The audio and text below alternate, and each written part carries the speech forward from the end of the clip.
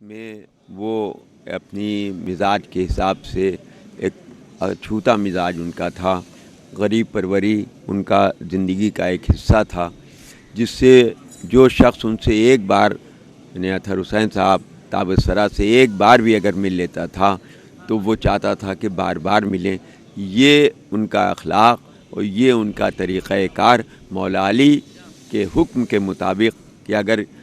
کسی سے ملو تو اس طرح ملو کہ وہ پھر تم سے ملنے کی تمنا کرے، اور جب دنیا سے چلے جاؤ تو تمہارا نام نیکیوں کے ساتھ لیا جائے۔ اس حدیث کی روشنی میں انہی نے اپنی زندگی بسر کی کہ جس کا جواب نہیں ہے، اور جو وہ اپنی صفات اپنے ساتھ لے کے چلے گئے وہ ان کا حصہ تھا۔ میں نے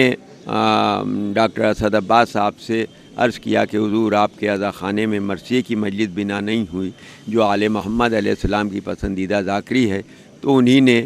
ایک کے بجائے 3 مجلسیں مسلسل کی مرثیے کی، اور بڑی کامیاب مجلسیں ہوئیں۔ محرم کے بعد کی، مگر ایسا لگ رہا تھا کہ جیسے محرم آ گیا، اور وہ ان مجلسوں سے وہ بہت متاثر ہوئے۔ جب میں نے آخری مجلس پڑھی اور ان کی خدمت میں حاضر ہوا، وہ کرسی پر تشریف فرما تھے اور بالکل ہماتن گوش تھے مجلس کی طرف، اور مجھ کو وہاں سے تقویت بخش رہے تھے، تو میں ان کی خدمت میں حاضر ہوا اور جلدی سے وہ تعظیم کے لیے کھڑے ہوئے۔ میں نے کہا نہیں حضور آپ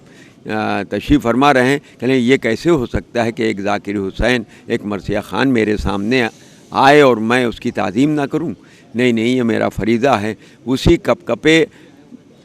جسم اور کپ کپے ہاتھوں سے انہی نے کسی طرح میری تعظیم کی، اور مجلس کے سلسلے میں بہت کچھ مجھ کو نوازا۔ خداوند عالم سے دعا ہے کہ ان کے خانوادے کو صبر جمیل عطا فرمائے، خصوصیت سے ڈاکٹر اسد عباس صاحب کو خداوند عالم ان کی طول عمر کرے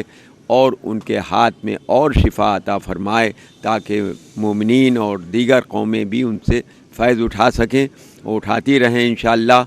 اور اب میں اپنی جانب سے بزم مرثیہ اراکین بزم مرثیہ خانی اور دبستان مرثیہ خانی کی جانب سے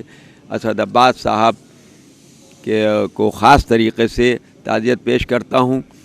اور میں دعا کرتا ہوں خداوند عالم سے کہ اطہر حسین تابسترا کو جوار سید الشہداء علیہ السلام میں اعلیٰ مقام عطا کرے، اور ورثاء کو صبر جمیل عطا فرمائے۔